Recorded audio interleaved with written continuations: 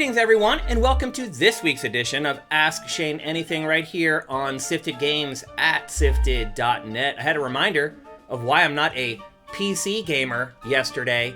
I updated the driver for my RTX 4070, and as it was finishing up, it crashed. It completely crashed my computer. Literally frozen, solid, couldn't do anything. Don't forget, I built my PC in October. It's basically like brand new. So this set off this insane process of trying to figure out how to unlock it. I couldn't even boot the computer in safe mode. That's how bad it was. I ended up just going back and using an old image of my PC from a few days ago. It's still messed up. Like, I can't open Paint on my PC. I have to, like, trick it to, like, use Paint. Like, what the hell? Again, this is why I'm not a PC gamer. This stuff happens all the time. I don't care who you are. You can sit there and say that's a line of BS. That is BS. I have been gaming on PC since like 1994, and this crap has happened from 1994 until 2025. So again, this is why I'm a console gamer. Annoying AF. Anyway, thanks to all you guys who are pledging at that Ask Shane tier at $7 or more per month. That's why this show happens. If that wasn't happening, the show wouldn't happen. We appreciate all our patrons. We have more great questions from our patrons. Let's get to them. Okay, first question this week comes from Kevin. When was the golden age of video gaming? Wow. That's a great question, man. And I will fully admit, normally when I answer these questions, I don't think about them before I record. It just so happened that, like, the way the timing worked out today, like, I kind of looked at the questions and then went to take a shower. And then in the shower, I was thinking about this question. And I'm glad I did, because it's not an easy one. It all depends on your age, I think. I'm sure if you talk to a 13 or 14-year-old, they're going to say right now, it's the golden age of gaming. I think if you talk to someone in their 20s, they're probably going to say it was the PS4. For somebody my age, though, I think the golden age was probably the Xbox 360. To me, that is where the industry was at a crossroads. We had already kind of left 2D in the rearview mirror.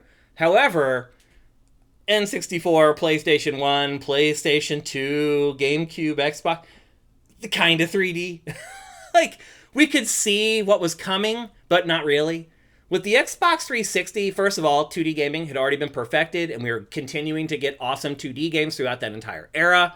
But second of all, that's when developers really started figuring out how to make 3D games. And while they obviously don't look as good as games that we're playing now, you can see the first signs of, like, bump mapping and all kind of the special effects that now are just part of gaming. They weren't back then. And you had developers who had to learn how to do that stuff on a closed system.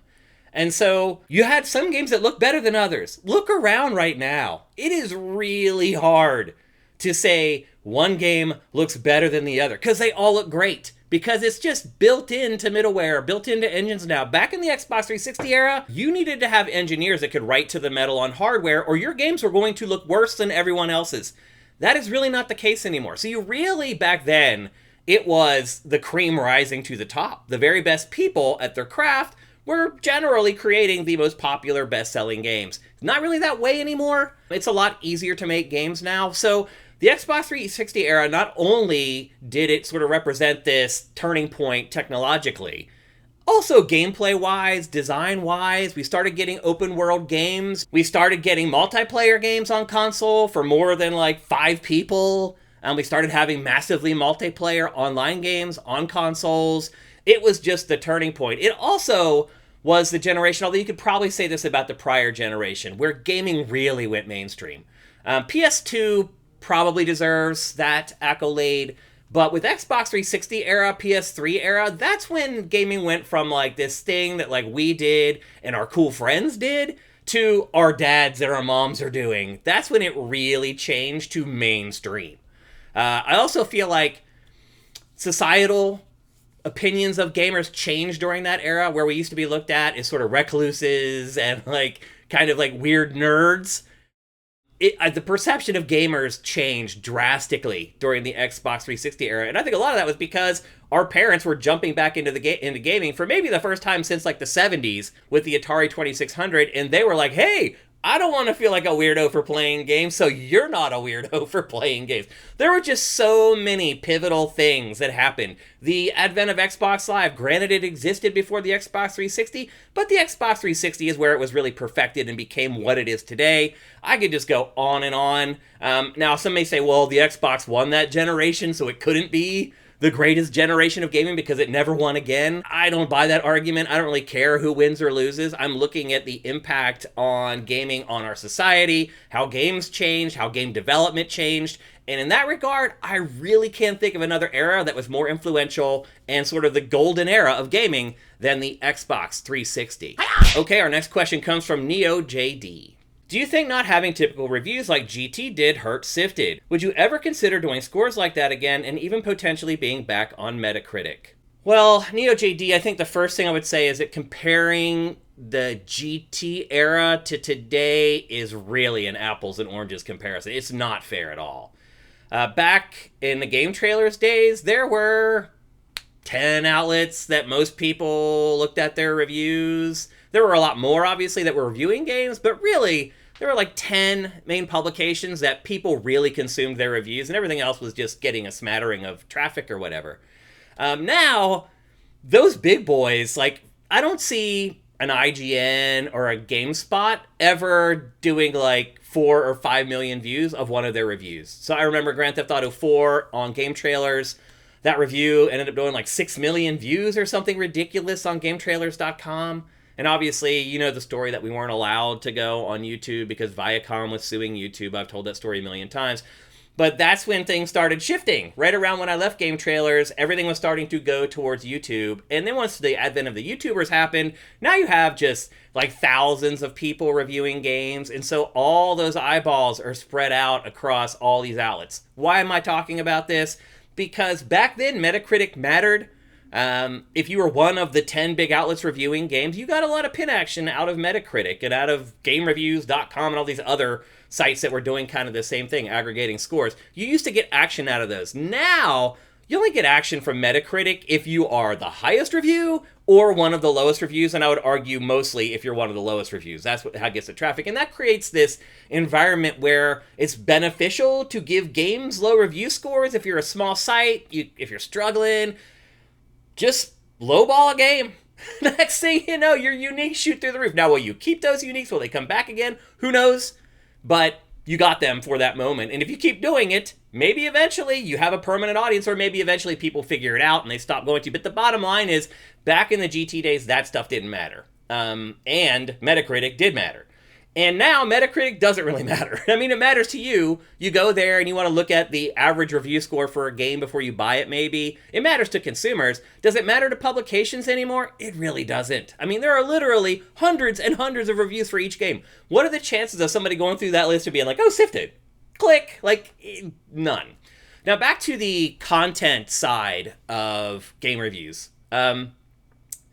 I tried to do something different. I'm still doing stuff differently. What I've learned is that people don't want anything that's different. Everyone just wants things to stay the same forever. Nobody wants change. Everyone's afraid of change. And I kind of thought that gamers weren't like the rest of the population, but as it turns out, they are. And I was probably stupid to think that. I often give people more of a benefit of the doubt than I should. And that's been a detriment for me in my life, not just here with SIFTD. And so, to your point, would SIFTD have done better if we were just doing the same 7 to 10 review score reviews? Maybe. Probably not. At the very least, I feel like trying to do our game evals in a unique way, and I still, by the way, believe that if you're going to use scores, allowing people to kind of shape their own score is the right way to go about doing that. But again, everybody rejects it because it's different. I think you should give the option for the people to say, hey, I don't care so much about this. I care more about this. And it should be able to shape their score. Bottom line is, I don't think if we did our reviews any different way, it would have made a difference. What would have made a difference is money. That's what it always comes back to. It's not having the money to pay people to review games and then having the money to pay an editor to edit the stuff together. I guarantee you, if I had a decent amount of money to put behind SIFTD for marketing when we launched, things would be way different than they are now. But I spent all the money that I had on building the site and hiring people in the early going. We used to have a bunch of employees. Now I can't afford to hire anyone to do anything. So it's all money. Okay, our last question this week comes from Bachby. What are the chances of a new Xbox coming in 2026 and PlayStation 6 in 2027 as rumored? Do you think it's a good idea considering how long these last two generations overlapped? Are you saying that people didn't like that they overlapped, and then if they overlap again, people will be mad? Or, I mean, I think a lot of people are fine with them overlapping because they didn't have to upgrade their console as fast. I mean, people on our side are angry because they always want the next thing as early as possible, but I think the average consumer didn't really mind that PS5 and PS4 overlapped, and Xbox One and Xbox Series overlapped, and I don't think they're going to mind either if Switch and Switch 2 overlap. Do I think that those dates are real and are going to hold? I will say this. I will say the likelihood of an Xbox launching, a new Xbox launching next year is far more likely than PlayStation 6 launching the year after that. And a lot of that is just down to economics and finance. One is sold extraordinarily well and the other has completely flopped. And so Xbox, if it really is interested in staying in the console market, which I'm starting to have doubts. I know Phil Spencer said, we're making another console, it's already in development, it's gonna be the most powerful thing we've ever released, blah, blah, blah, but things change, and things have changed. I mean, Xbox is a third-party publisher now. That's just the truth of it all. Why would it want to release another console? I don't understand why it would even bother, other than just trying to not piss off the few fans that it has left. And let's be honest, there aren't that many left. It sold less than 20 million Xbox Series X consoles. Like, I hate to say it, but making decisions for that group of people is the dumbest thing that Microsoft can do. You've ripped the Band-Aid off already, let it bleed and scab up, and then get ready for what's coming next. And I don't think that that should be a console from Xbox. Will it be? I'm probably 50-50 on that right now. It just, nothing is pointing to the fact that Xbox is going to have another console right now. PlayStation 6 in 2027? No way. No way. They just released the PS5 Pro. They're going to give that at least 4 years run before they release another console. And why would you? If you're PlayStation, why would you go to PlayStation 6 when PlayStation 5, for the most part, is killing it and its competition just went away and it is probably about to explode?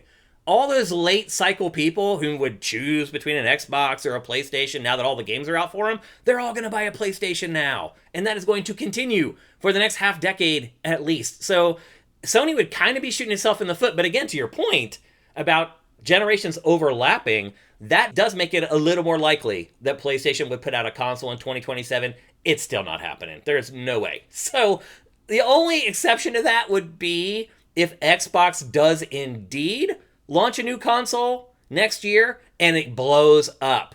If they were to launch an Xbox next year and it sells 20 million units in the first year, then I think PlayStation might be like, giddy up, let's get that new console out. But we both know that that is not happening. I don't care how awesome that console is. There is no way Xbox is going to sell 15 or 20 million in its first year. It hasn't sold that yet of Xbox Series after all these years. It's not happening. So honestly, the chance, I'll give you percentages. The chances of a new Xbox next year, I'll put that at 60-65%, but it could just be, by the way, just some Game Pass thing. Something that's just powerful enough to power the 3D games and all the games on Game Pass. It may not even be this Goliath that they've been talking about. So that's my percentage for Xbox.